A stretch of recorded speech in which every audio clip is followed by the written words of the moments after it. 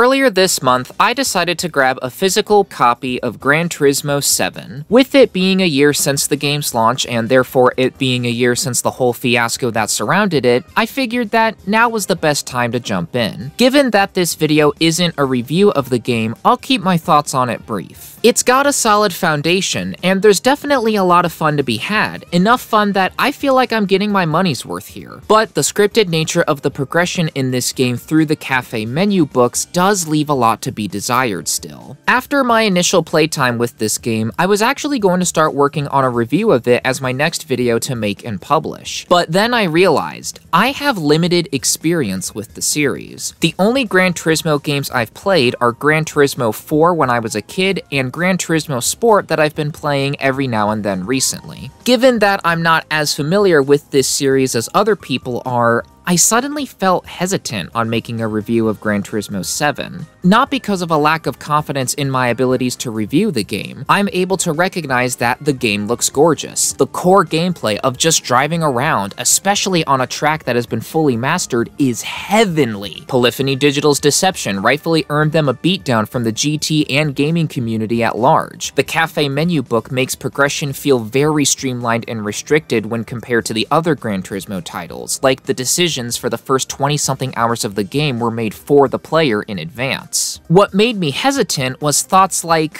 what if I miss an important detail that could only be figured out if I played the previous Gran Turismo titles? Is it an unspoken rule within this community that you have to have played the previous titles in order for your review of a current day title to be considered valid? I bought the PS5 version of Gran Turismo 7 because, well, I have a PS5. But what if I bought, played, and reviewed this game on my PS4, the last gen version? I know that last one is more of a what if question, but still. As the hesitation grew, I eventually decided to discard the idea of a Gran Turismo 7 review altogether and began brainstorming what video project to begin next. In the midst of that brainstorming, as those questions pertaining to the validity of my now theoretical Gran Turismo 7 review remained, that's when I had a light bulb moment. Those thoughts served as the idea for me to make this video that you're watching now, where I will be arguing my case for why I believe that nearly all video game reviews are valid.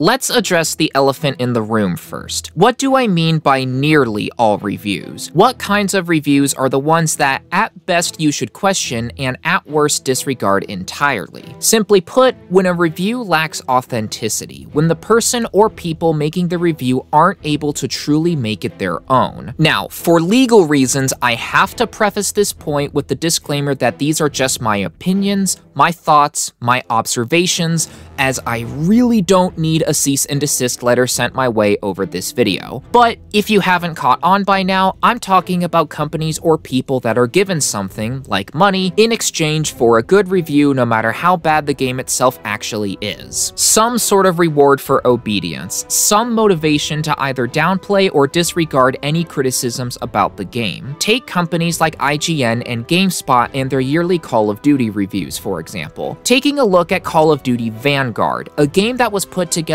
out of complete desperation with a horribly messy development and equally messy campaign, multiplayer, and zombies mode, both of these companies gave that game a 7 out of 10, over-highlighting the pros and more so compromising with how to describe the bad aspects rather than being brutally honest. Why would companies like IGN and GameSpot not go as in-depth about the bad aspects of the game unless they had something to lose? Think about this totally hypothetical, totally imaginary, and goofy made-up scenario. Activision knows that companies like IGN and GameSpot still have a sizable audience that'll listen to their recommendations. So, Activision casually approaches them and gives them an incentive to give a positive review of the game. That positive review will give a boost to financial profits, no doubt. In return, the company reviewing the game gets a care package from Activision to keep their whole operation going. A sort of, if you scratch my back, I'll scratch yours situation. Again, this is hypothetical, imaginary, goofy, made up. This is all my opinion. This is not any sort of factual claim. So that was for big companies, or at least big in comparison to independent creators or smaller scale companies/businesses. However, those independent creators and smaller scale companies/businesses can also be given incentives that can make any potential reviews they do lack authenticity. Take the EA Creator Network program, for example. People in this Creator Network program get various perks and benefits such as early game access, partnerships, sponsored content, etc. Now, this is another totally hypothetical, totally imaginary, totally goofy scenario that I'm making up here, but what if, for example, someone from the Creator Network gets an offer to review the latest Madden or FIFA title? If they give the game a good review, they'll be rewarded in some way, perhaps with money, or they may even be promoted to a higher position within the network, to give another example. If the creator turns down the offer, then maybe nothing noteworthy happens. But if they accept the review, but are then brutally honest in describing how much of a $70 copy-paste roster update game it is, EA might do a little trolling and either demote that creator or kick them from the network entirely. Now again, this is just a goofy hypothetical made-up scenario here. After all, to quote EA's trust and safety guidelines on their website in regard to how the Creator Network functions, they, quote, fully support the free exchange of ideas and viewpoints even when they may passionately disagree with others or even criticize or poorly review Electronic Arts games. See, I told you that made-up scenario I just gave was goofy. Those in the Creator Network are totally free to express themselves how they wish.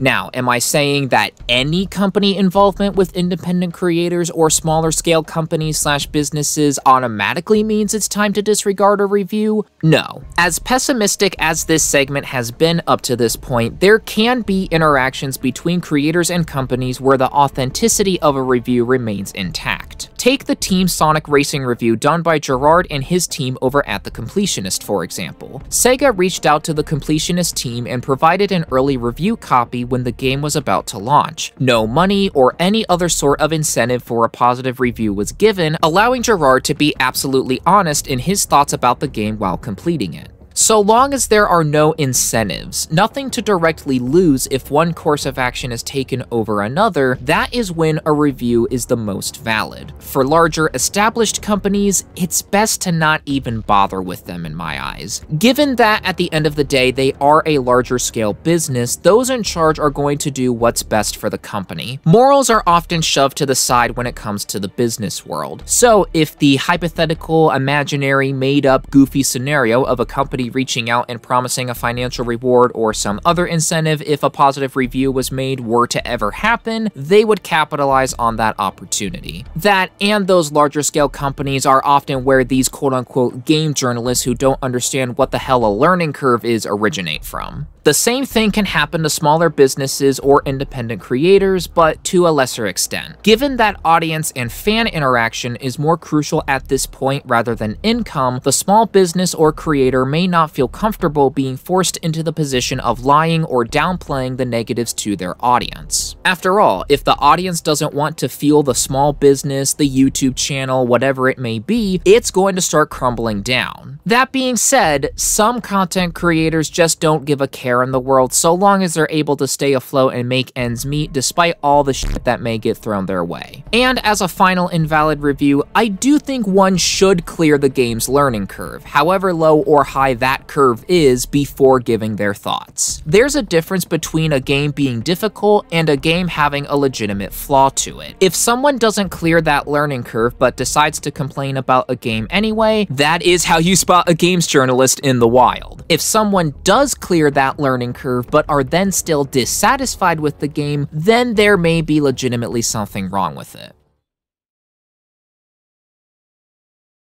Now that I'm done giving my thoughts on what makes a review questionable at best and invalid at worst, I'll be spending the rest of this video defending the argument that nearly all video game reviews are valid. Given that this topic can go in so many directions, I'll only be covering 2 heavy hitter points in this video. Any smaller details this video doesn't cover can perhaps be discussed in the comments. Starting off with what I believe to be the most judged aspect when it comes to a review, How much experience does one have with a series? In other words, what is the reviewer's history? Have they been with the series for a number of years now, or is this their first game from it? Have they been a die-hard fan, or have they been on and off with the series? Whatever the case is, I believe it isn't a matter of experience or lack of experience making a review valid or invalid, but rather how the perspective of the review changes. If you've been with a game series for a number of years now, you've got the perspective of a veteran, able to reference past games and make comparisons when talking about a positive or a negative. However, if you're just getting started in a series, you're able to have an experience that a lot of other players for that particular game can't. That experience being your very first one associated with that franchise. You know how Stan Lee said that every comic is someone's first? Well, in the video game world,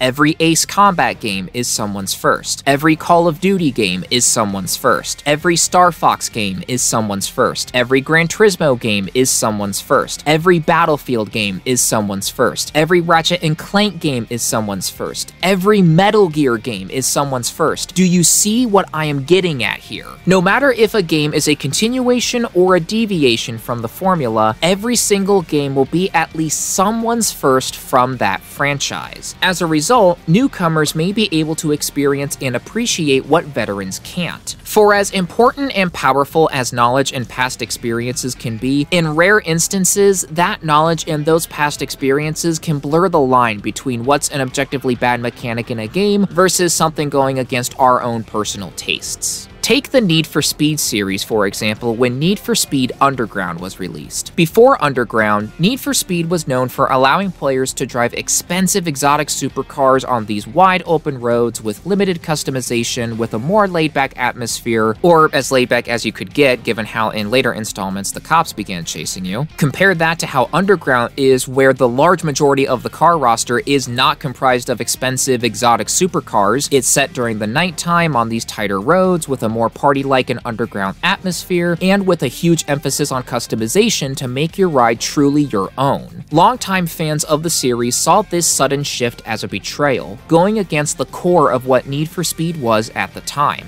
In the veterans' eyes, this was as anti-Need for Speed as you could get. Fast forward to today though, and in-depth car customization is not only a staple for the Need for Speed series, but it's often a criticism when it's excluded in a game. For every person who turned their back on Underground, there would always be at least two others to take their place and sing the game's praises. While there were those veterans who saw the appeal of what Underground was going for, ending up becoming fans of the new style and direction in the long run, it was without a doubt the newcomers that allowed Underground to do as well as it did. Newcomers who didn't have any past attachments or experiences that would make them feel one way or the other could look at the game for what it was, without using any previous games up to that point to influence their thoughts. Ironically, it was the lack of experience from previous titles that allowed newcomers to appreciate what Underground was going for. I'm not trying to say that the veterans who felt backstabbed by Underground are invalid in their thoughts here. It would be hypocritical for me to say that. If in some alternate reality Battlefield 2042 launched in a stable condition, for example, I would still feel like the game is a betrayal with the initial removal of the class system and the conflicting tones it has. But if any newcomers were able to appreciate the game for what it went for,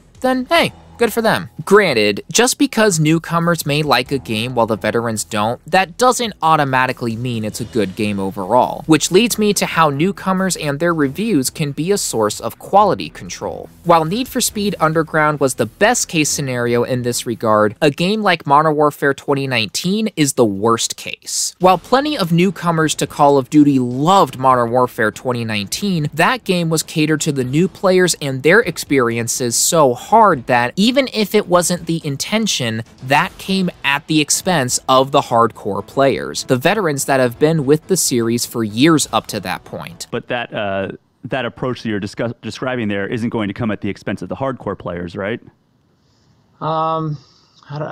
That's not the plan, right? The way the maps were designed, the fast time to kill, the skill-based matchmaking, engagement-optimized matchmaking hybrid system, even if that was mandated by Activision and not something Infinity Ward did on their own, all combined to give the new players a buffet while the veterans got soggy bread and milk. There were enough of those veteran players that caused a stir that it wasn't a case of one side being more dominant in their enjoyment or displeasure of a game over the other. Based on the coverage of the game, at least from what I've seen, it was closer to a 50-50 split. Whereas Underground was just veterans being upset at the new direction, while the core gameplay was really good for both camps, at least back then anyway. Replaying Underground nowadays can be a bit of a nightmare. For a game like Modern Warfare 2019, the gameplay was enjoyable for one camp, but sucked for the other one. Something that I feel doesn't get highlighted enough is that a lot of video games have to pull double duty. Not so much for the start of a new series or just a standalone game, as in those instances there are no previous fans to keep happy. However, for a sequel or some other entry in an already established franchise, that game has to not only keep the veterans happy, but also make sure that it's welcoming enough to new players as well. Modern Warfare 2019 is an example of the game pleasing the newcomers but alienating the veterans. The overall quality of a game can be determined by looking at both sides. If both sides are happy, then it's a very solid game. If one side is happy while the other is displeased, then there may be something wrong with it. I say that there may be something wrong with it because it depends on the circumstances as to why one side is happy while the other is displeased. And even then, it's more so one small part of the group or just a couple single people rather than the whole group itself. If it's a case of a newcomer taking the game journalist approach of, this game has some difficulty, therefore it sucks, then their review at best has a shaky foundation. If it's a case of a veteran being upset at something like a change in art style while the core gameplay is still super solid for both them and the newcomers, the game is more than likely a very solid one still. However, if it's a case of a newcomer feeling alienated as a result of the veteran community being toxic to them, or a situation where they aren't given adequate guidance on the tools they need to master the learning curve, then something is probably wrong with the game there. If it's a case of the game being so tailored to the newcomers that the veterans are SOL gameplay-wise, then something is more than likely wrong with the game there as well. If both sides are unhappy about a game though,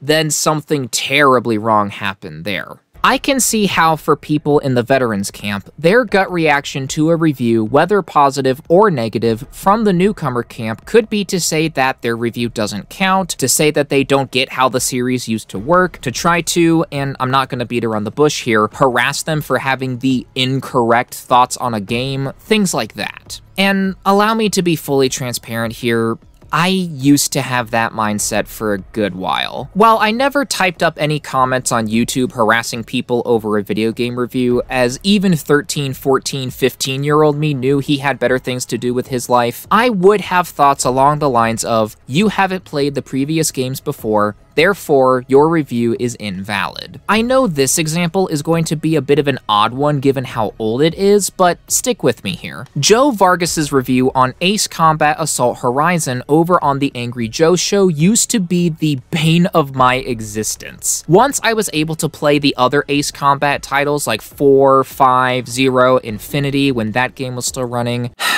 rest in peace, Infinity. Once I understood and was essentially indoctrinated into Ace Combat culture, I looked back at his review and thought to myself, no, you need to have played the other titles to know what makes Ace Combat so great. If you had played the other titles before this, there's no way you'd be giving it an 8 out of 10. For Ace Combat, at least, I used to have this very toxic, now that I think about it, mindset of what games have you played before to determine someone's validity when talking about those games, as if that's something that can even be quantified. Again, I never typed up any comments or anything like that, but that was a very negative and, like I said earlier, toxic way of thinking. Nowadays, I can look back on that review and see what Joe was able to find fun. For instance, given that this was his very first Ace Combat game, he wasn't used to the arcade flight action nature of the series, so the dogfight mode actually served to really change things up and immerse him in the action of this game. Whereas I and other Ace Combat veterans look at DFM as being so far of a deviation that it hurts the game, Joe is able to highlight the positives of this system, and I think that's pretty neat actually. Whereas I look at DFM with a sneer on my face, Angry Joe is able to get more enjoyment out of it while still highlighting some of the restrictions connections that it has. Once the initial shock of someone having a disagreeing point of view on a game or game mechanic wears off, an opportunity to understand why that's the case can happen here. What does someone else see in this game mechanic or whatever else it may be that I don't, or vice versa? That doesn't mean you have to agree with the other person though. I will always stand by the statement that Modern Warfare 2019's multiplayer was awful. I will die on that hill. But that doesn't give me or anyone else the right to harass someone who has a more positive outlook. If there's a disagreement, this is the time for questions, debates, back and forth conversations, not for personal harassment or attacks. On the note of avoiding harassment and avoiding attacking other people, a final often overlooked reason why I think newcomers posting a review is still valid is because that can serve as the motivation for them to play the other games in the series. Whether we recognize it or not, the community itself can play a part in someone joining them in their love of a game franchise. For instance, using Ace Combat as the example here again, what if someone's introduction to this series was with Assault Horizon, just like how it was with Angry Joe? They post a review and they give the game a good rating, like a 7 out of 10 or an 8 out of 10. Us Ace Combat veterans have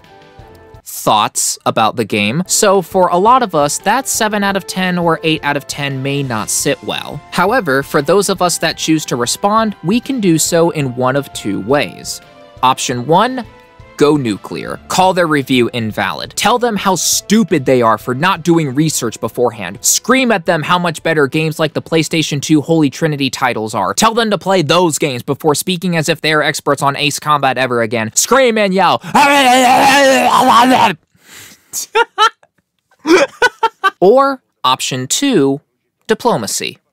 Let's talk. Let's not demand, but rather suggest to them that they should play the other titles to really understand why Ace Combat is so beloved by us. Let's welcome that person in, not shun them for using a particular game as their entry point. We would welcome someone whose first game was Ace Combat 7 or Ace Combat 4, 5, or 0 with open arms. Why should that change for someone being introduced to the Ace Combat series through Assault Horizon? Or Joint Assault if we want to use another title as an example. Regardless of what game they're introduced to the series from, that's another potential Ace Combat fan that we can connect with, to nerd out about fighter jets and aerial warfare and just aviation as a whole with, to enjoy the power fantasy of being such a badass fighter pilot that we alone are able to turn the tide of a war with. One of us, one of us, one of us, you know? Let's welcome that person in, make them feel like they belong, because they do. It goes without saying, but if we take this approach, that person is going to be much more likely to want to try out the other Ace Combat games, to review them, to interact with the community more. This mentality can also be applied to every other video game franchise out there. Regardless of someone's starting point in a series, if they choose to post a review on it, regardless of whether it's a positive or a negative one, that is an opportunity to welcome that person in. To give an example of a series that I'm just now starting to immerse myself in,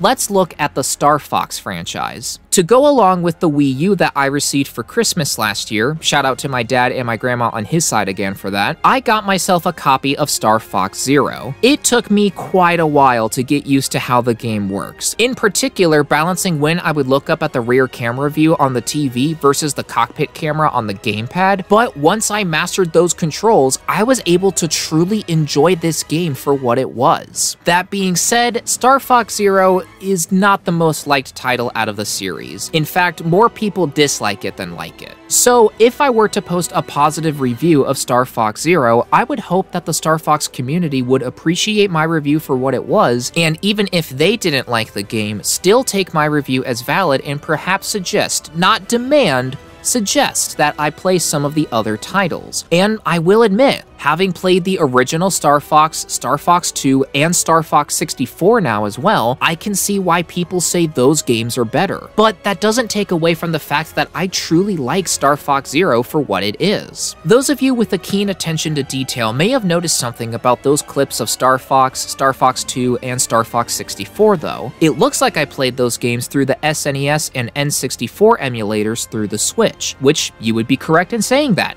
Yes, I did. For some people, they may just shrug their shoulders and not care. For other people, though, they may be foaming at the mouth right now. Wait, you played those games through an emulator and not the original hardware? Nah, you gotta play it through the original hardware in order for your review and thoughts about those games to be valid. Which leads me to another point that I see debated heavily online when it comes to the validity of a video game review that someone may do.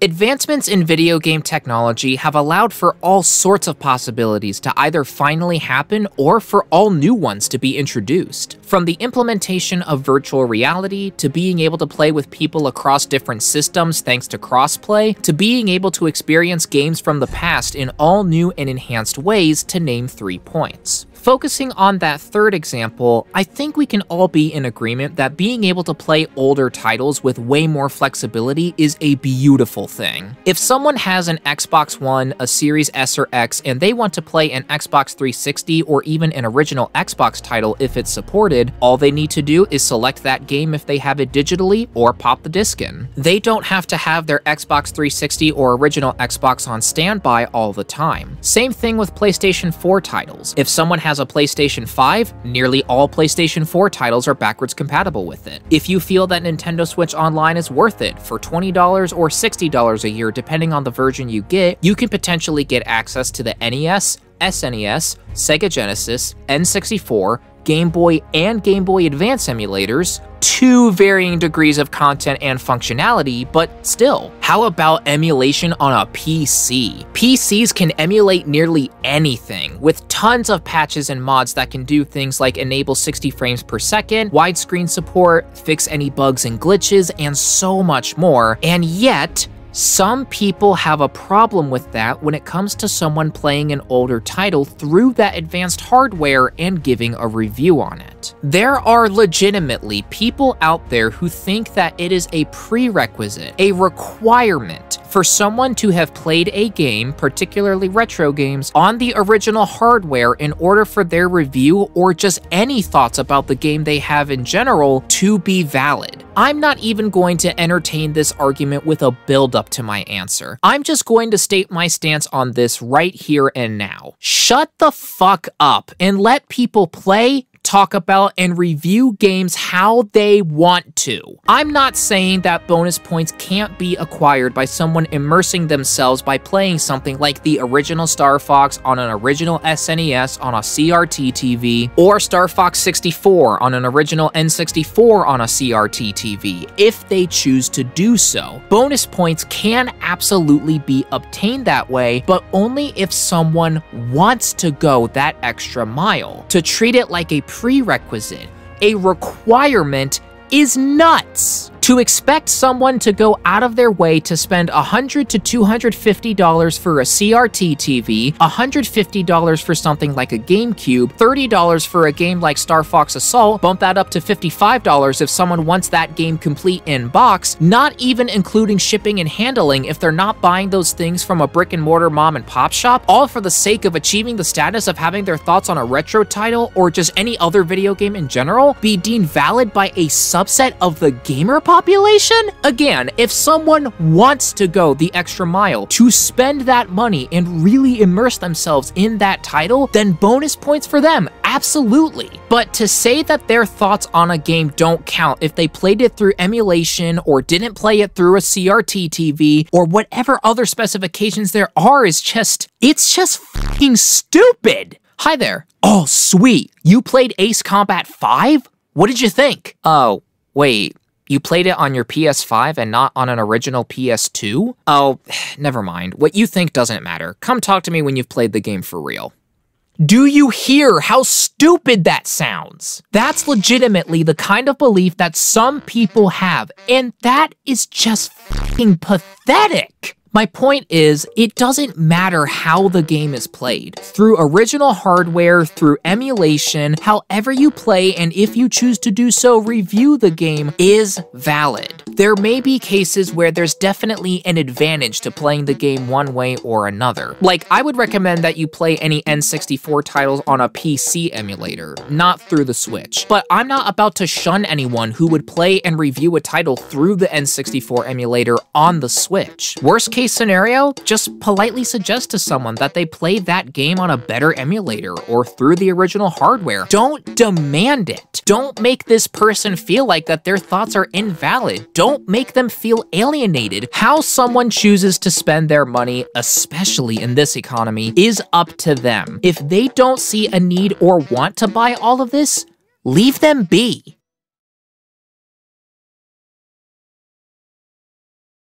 Looking back at how toxic my way of thinking used to be compared to how I think now, I've learned a lot. Younger me used to totally stand by the checklist of what games have you played, what's your experience with this series like, did you play it through the original hardware to get the true experience, and I want to punch younger me so badly for that now. Again, I never commented or said anything directly to someone's face, but the fact I used to believe that for even a day, let alone for years, is punch-worthy. Nowadays, I believe that it doesn't matter what your experience or lack of experience with the series is in any previous games you may or may not have played. If you've got that previous experience, awesome. If you're just starting out, awesome. Welcome aboard. Nowadays, I also believe that it doesn't matter what hardware you're playing the game on. I personally find the idea of gathering up all the original hardware and playing the games through those to be awesome. But given how much those consoles, games, and TVs can add up to, many people, myself included, are not in a position to get all of that original hardware and those games willy-nilly. That won't stop us from having fun playing those games through the hardware we do have, though. The world of video game reviews is so vast and expansive that for someone to even want to enter it as a hobby, let alone a profession if someone wants to aim for that, is incredible. Not everyone is going to have the drive to want to buy a capture card, buy editing software, set up a microphone, type up a script, all of that and more to be able to share their experiences with a game. So long as what they are saying is truly their own words, their own personal experiences, I feel like we should welcome that person in. To anyone watching who is considering getting into the realm of video game reviews, regardless of which game from a franchise is your first, regardless of the hardware you're playing the game on, and so long as you're not being paid or being given any other incentive for a positive review, and so long as you're able to understand the concept of learning curves, your review and thoughts on a video game in general are both valid. I know how intimidating this part of gaming culture can seem. I'm not going to beat around the bush here. You will come across some closed-minded people if you do this long enough. But in my eyes, the pros vastly outweigh the cons. Each review is a chance to connect with other people who share a mutual love or heavy dislike for that game or franchise, or just a chance to connect and interact with other people in a genre, not even for a particular franchise. This creative outlet can lead to a lot more if this is something you wish to do. For instance, when I began making these reviews, or more accurately restarted them after the whole Kappa fiasco back in late 2019, early 2020, I never imagined I would be where I am today. 1,000+ subscribers on YouTube, actively interested in the retro and emulation scene, getting invested in franchises I never thought I would before like Star Fox, and above all else, having the perfect creative outlet to express my hobby of making video game reviews and essays. So if you've been thinking about stepping into this world, if you choose to do so, there's a lot more that could be waiting for you than you first may think. Don't worry, so long as your review is truly, well, your own review, then it will be valid.